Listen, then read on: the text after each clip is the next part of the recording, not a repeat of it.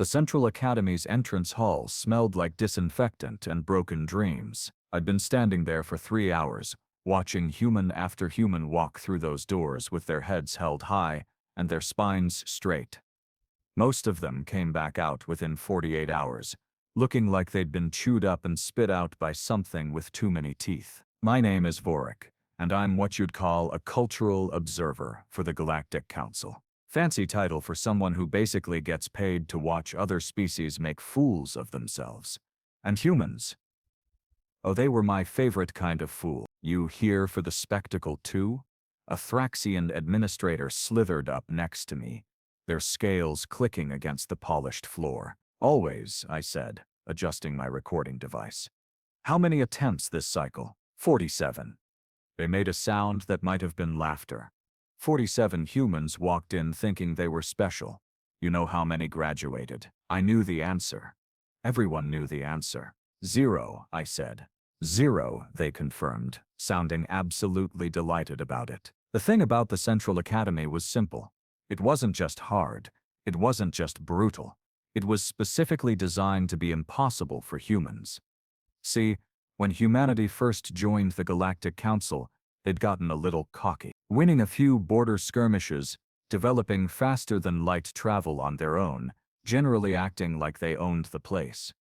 So, the Council, in their infinite wisdom, created a military academy that would humble them. And it worked. For 37 years, not a single human had graduated. Not one. The program director, a four-armed Keltorian named Bresh, loved reminding people of this fact. He'd actually had a sign made, "Days since last human graduation, 13,505.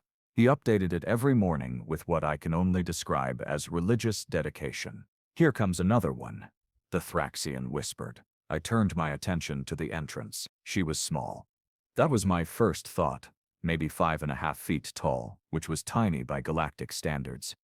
Most of the humans who attempted the academy were these massive, muscular specimens who looked like they ate raw metal for breakfast. This one looked like a strong breeze would knock her over. She had dark hair pulled back in a simple braid, and she was wearing civilian clothes.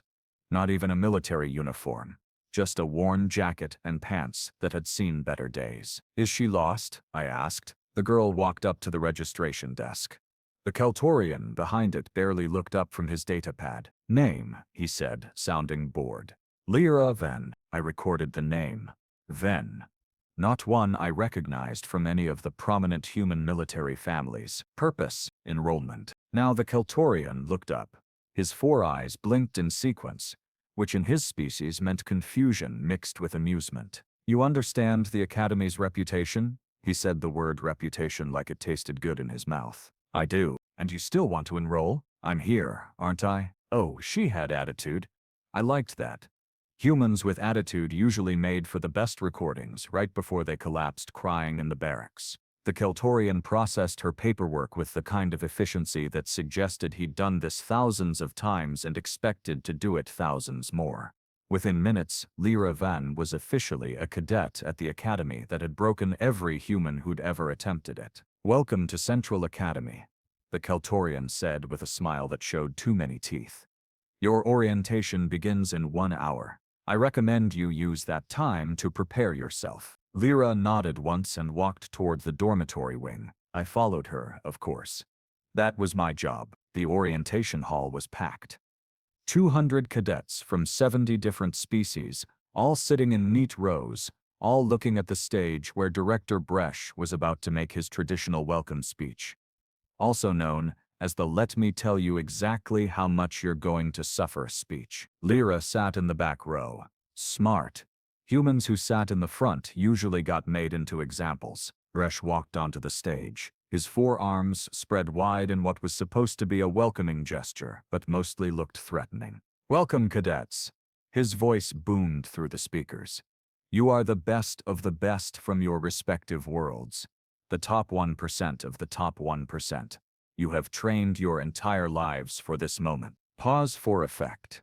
He was good at this. 62% of you will quit within the first week. Another 25% will wash out during basic conditioning. Of the remaining 13%, most will fail during the tactical simulations. Last cycle, we graduated 47 cadets out of an initial class of 189. He smiled. It wasn't a nice smile. We have a saying here at Central Academy. We don't make soldiers. We break the weak and forge the survivors. He paused, letting his gaze sweep across the room. And speaking of weak, oh no, here it comes. I see we have another human cadet. His 4 eyes locked onto Lira in the back row. Stand up, please. Lira stood. Every head in the room turned to look at her. Lira Venn, Bresh read from his datapad. No military background, no formal combat training, no academy sponsorship. He looked up. Tell me, Cadet Venn, do you know how many humans have graduated from this academy? None, Lira said. Her voice was steady. None, Bresh repeated. In 37 years, not a single human has made it through our program. Not one. So tell me, what makes you think you'll be different? The room was silent. Everyone waited for the human to crack, to show some sign of doubt or fear. That's what usually happened at this point. Lira met his gaze, without flinching. Because I learned from their mistakes. The room rippled with laughter. Even I had to admit, it was a good line. Naive and ultimately meaningless, but good. Bresh's expression didn't change. Confidence is admirable, Cadet Venn. But this academy doesn't run on confidence. It runs on capability, discipline, and the ability to push past every limit you thought you had. He gestured to the room. You are surrounded by the finest warrior species in the galaxy. Species that are stronger, faster, and more durable than humans. What exactly do you bring to this program? Lira tilted her head slightly. Creativity. That got a bigger laugh. Creativity, Bresh repeated, like he was tasting something sour. Well, we'll see how creative you can be when you're running 50 kilometers with a full pack, or when you're facing down a combat drone programmed to exploit every weakness in your physiology. He turned away from her, addressing the rest of the room. In fact, let's make this interesting. As of this moment, Cadet Venn is on special assignment. She will complete every standard requirement, plus an additional challenge each week. If she fails any challenge, she's out. No second chances. The room went dead quiet. I'd seen Bresh be cruel before, but this was something else. He was essentially guaranteeing her failure, not just allowing it, but engineering it. Do you accept these terms, Cadet Venn? Lira was quiet for a long moment. Then she smiled. It was a small smile, barely visible, but it was there. Yes, sir. Excellent. Bresh's 4 arms crossed over his chest. Report to the training grounds at 0500 tomorrow. Dismissed. The cadets filed out. Most of them chattering excitedly about the upcoming training. I noticed several of them giving Lira pitying looks. One Braxian cadet actually patted her shoulder as he walked past. Brave of you, he said. Stupid, but brave. Lira didn't respond. She just headed toward the dormitories. I cornered her in the hallway. Varik, I said, extending my manipulator limb. Cultural observer. Mind if I ask you a few questions? She looked at me with those sharp human eyes. Will it stop you if I say yes? Probably not. Then, ask. Why are you really here? And don't give me that learned from their mistakes line. That was for Bresh's benefit. Lira stopped walking. She turned to face me fully, and for a moment, I saw something in her expression that I couldn't quite identify. It wasn't fear. It wasn't even determination. It was something else entirely. You want the truth? She asked. Always. She reached into her jacket pocket and pulled something out. At first, I couldn't process what I was seeing. Then my brain caught up, and I felt my respiratory system stutter. It was a medal. Specifically, the Instructor's Commendation Medal, the highest honor given at the Academy, awarded only to instructors who demonstrated exceptional skill and dedication. But that wasn't the shocking part. The shocking part was that this medal had Bresh's name engraved on it. Where did you get that? I whispered. Lira's smile widened. I didn't get it. I took it. 3 years ago, during the Vega Station incident. Long story, but let's just say, Director Bresh and I have met before. He just doesn't remember it. My mind was racing. The Vega Station incident. I'd heard rumors about it, classified reports about a human operative who'd infiltrated a militant cell and prevented a major attack, but all the records had been sealed, and no names had ever been released. You're telling me you're military intelligence, she finished. Retired, technically. But I got bored. She slipped the medal back into her pocket. Bresh likes to talk about how no human has ever graduated from his academy. What he doesn't mention is that 15 years ago, the Galactic Council specifically redesigned the curriculum to be impossible for human physiology, not challenging. Impossible. Different gravity simulations that would crush human bones, environmental tests that exceed our temperature tolerance, combat scenarios that require sensory capabilities we simply don't have. So why come here if you know it's rigged? Because rigged doesn't mean unbeatable. It just means I have to be smarter than the system. She started walking again. And trust me, I am. I watched her go, my recording device still running. For the first time in 37 years, I thought maybe, just maybe, the Academy was about to meet its match. The next morning, I was back at the training grounds at Eero 500. So was everyone else. Apparently, word had spread about the human who thought she could graduate, and cadets from every cycle had shown up to watch. Bresh was already there, standing next to what looked like an ancient piece of equipment. It was a gravity ring, used for strength conditioning. Most species could handle maybe 1.5 times their planet's gravity. The strongest could manage. The dial on this one was set. Cadet Venn, Bresh called out. Your first challenge, 1 hour in the gravity ring. If you can walk out under your own power, you pass. 3.5 times Earth's gravity. For a human, that would be like having 2 other humans sitting on you. Every movement would be agony. Every breath would be a struggle. Lira walked toward the ring without hesitation. Wait, I heard myself say. Everyone turned to look at me. That will kill her. Human physiology can't handle. Cadet Venn accepted the terms. Bresh interrupted. Special challenges. No second chances. He looked at Lira. Unless you want to quit? Lira stepped into the ring. The gravity activated with a hum. I saw her knees buckle immediately. Saw the strain on her face as her ward tried to adjust to the crushing force. She dropped to one knee, then both knees. The assembled crowd murmured. This was it. The human was done. But then Lira did something I didn't expect. She laughed. It wasn't a nervous laugh or a laugh of surrender. It was genuine amusement, like she'd just heard the funniest joke in the galaxy. And then she started to move. Not walking. Not standing. Moving. Lira dropped flat onto her stomach and started crawling. Inch by agonizing inch, she pulled herself forward using her elbows and knees. Every movement looked like it cost her, but she kept going. What is she doing? Someone whispered. I understood immediately. Vertical movement under that gravity would be impossible. But horizontal? That distributed the force differently. It was still brutal, still probably causing micro-fractures in her bones, but it was survivable. Smart. Bresh's expression darkened. He hadn't expected her to adapt. 10 minutes passed. 20. Lira had crawled maybe 15 feet, but she was still moving. Her breathing was ragged, and I could see blood on her elbows where the rough floor had scraped through her uniform. But her eyes were focused and clear. At the 30-minute mark, she stopped moving. The crowd leaned forward. Was this it? Had she finally hit her limit? Then Lira rolled onto her back. What are you doing, cadet? Bresh demanded. Resting, she gasped out. You said I had to walk out under my own power. You didn't say I couldn't take breaks. A ripple of laughter went through the crowd. Even some of the instructors were grinning now. Bresh's forearms tensed. Very well. Continue. She lay there for 5 minutes, just breathing.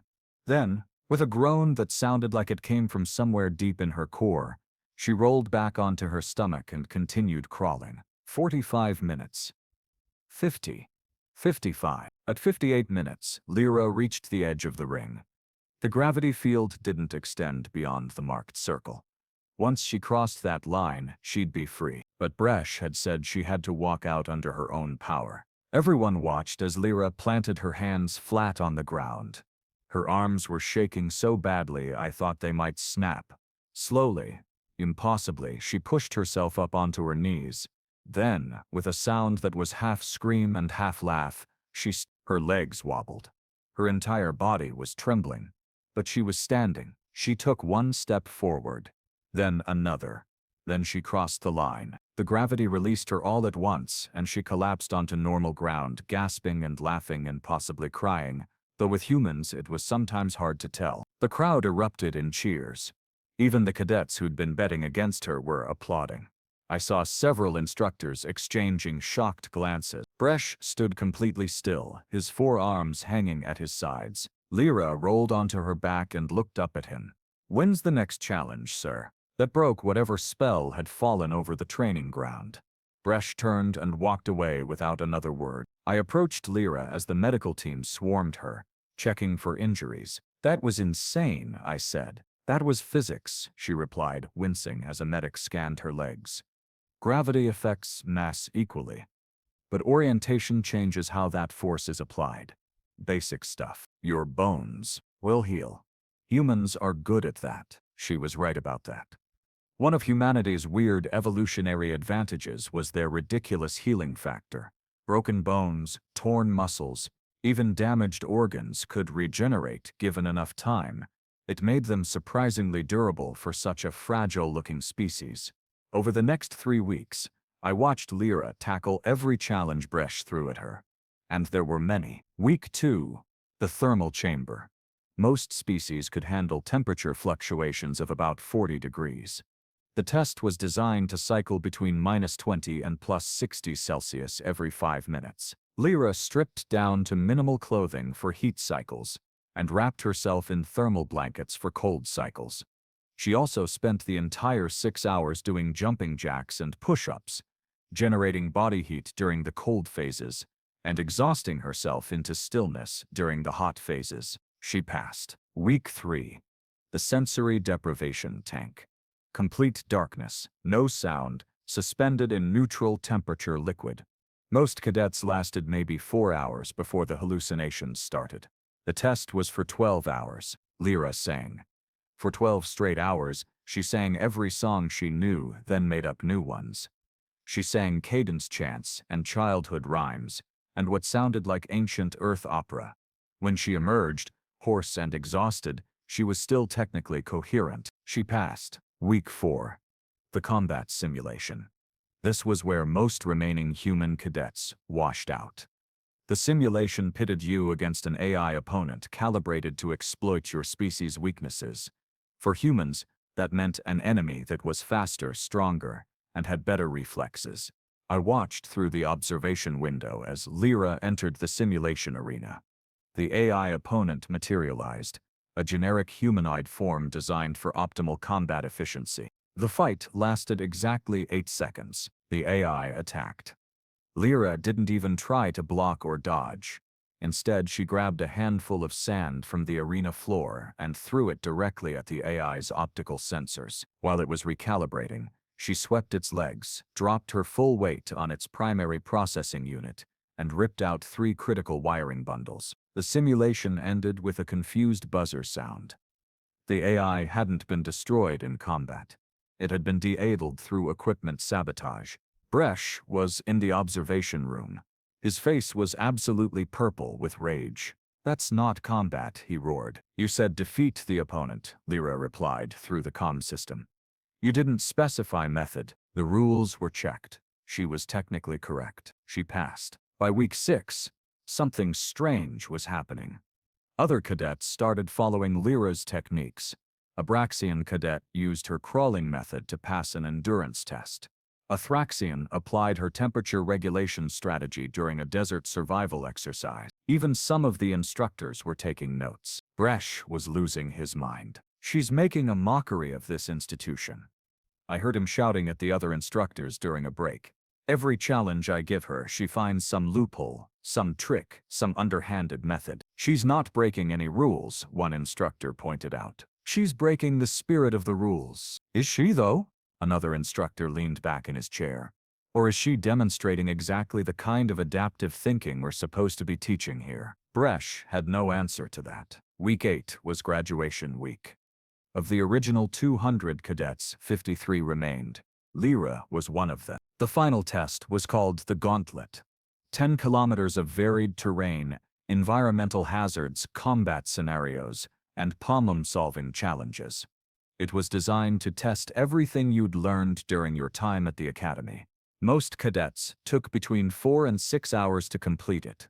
The record was 2 hours and 47 minutes, held by a Keltorian who'd gone on to a decorated general. Lira stepped up to the starting line at dawn. The entire academy had gathered to watch. Not just her cycle, but instructors, administrators, and cadets from other cycles. Even a few council observers had shown up. Curious about the human who'd somehow survived this long, Bresh stood at the starting line, his forearms crossed.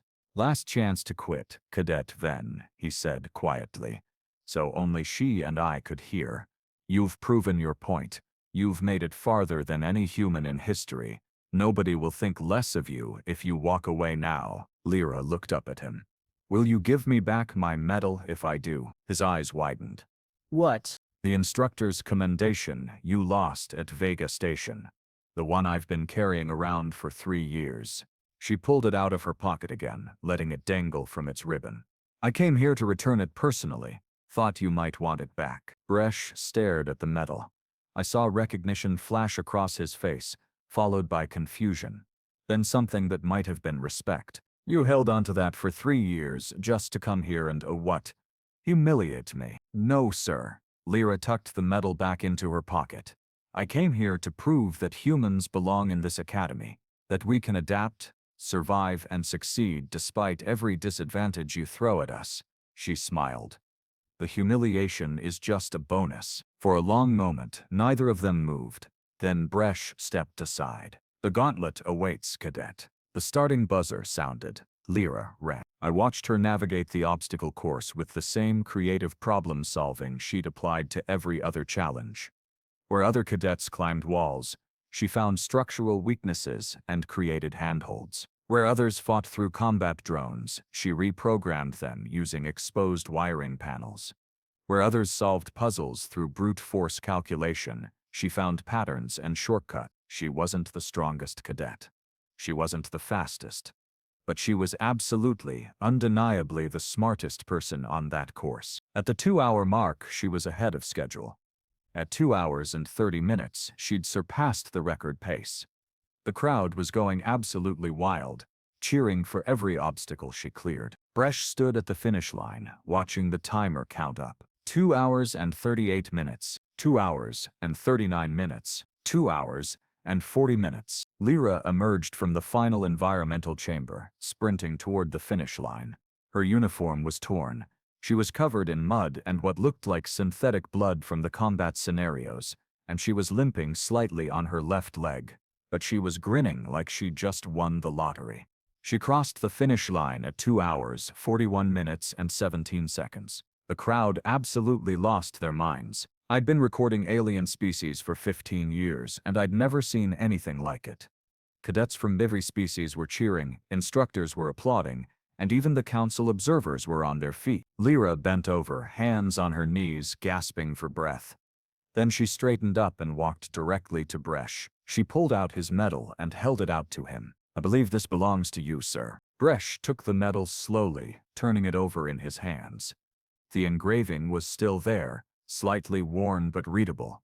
"Director Bresh for exceptional service and dedication." "You could have returned this at any time," he said quietly. "I could have," Lira agreed. "But then you wouldn't have learned anything." "And what exactly have I learned, Cadet Venn?" "That humans don't win by being stronger or faster. We win by being stubborn, creative, and too stupid to know when we're beaten." She glanced at the assembled crowd, then back at him. "Also, you might want to update that sign in your office. You know, the one counting days since the last human graduation?" Bresh looked at her for a long moment. Then, incredibly, he smiled. It was a real smile this time, not the predatory grin he usually wore. "I'll have it updated tomorrow, cadet." Graduation was held that evening. 53 cadets stood in neat rows, wearing their dress uniforms. I stood in the back with my recording equipment. documenting everything. Bresh gave a speech about excellence, perseverance, and the importance of adapting to challenges. He talked about how this graduating class had shown exceptional skill and determination. He did not specifically mention Lira, but everyone knew who he was talking about. When they called her name, Lira walked across the stage to receive her graduation certificate and academy insignia. The applause was thunderous. As she shook Bresh's hand, I saw him lean in and whisper something. Lyra's eyes widened slightly, then she nodded. Later, after the ceremony, I caught up with her. "What did he say?" I asked. Lira grinned. "He offered me a job, teaching position. Apparently, they want someone who can help redesign the curriculum to be challenging but not impossible for all species." "Are you going to take it? Are you kidding? I just spent 3 months being tortured for fun. Of course I'm taking it." She paused. "Besides, someone needs to make sure the next human cadet actually has a fair shot. The council won't be happy about the curriculum changes. The council can file a complaint." She stretched, wincing as her still-healing ribs protested. "You know what the best part about being human is, Vorik?" "What?" "We're really, really good at changing rules we don't like." I watched her walk away, already planning her first lesson, already thinking about how to make the academy better. Behind me, I heard the sound of Bresh's office sign being removed. Tomorrow, it would read, "Days since last human graduation," and it would never go back up. 3 months later, I was finishing my report for the Galactic Council when I got a message from Lira. She'd officially started her teaching position, and her first class had just begun. "You should see this," the message said. 42 humans applied this cycle. 42, and you know what? Every single one of them listed me as their inspiration. I smiled. Of course they did. Humans didn't just break records. They broke systems. They broke expectations. And most importantly, they broke the idea that some things were simply impossible. Lira Venn hadn't just graduated from Central Academy. She'd fundamentally changed what the academy was. And in doing so, she'd proven what I'd suspected for years, but never had the evidence to confirm. Humans weren't special because they were strong or smart or fast. They were special because they absolutely refused to accept the word impossible. And that, I realized as I filed my final report, was the most dangerous thing about them.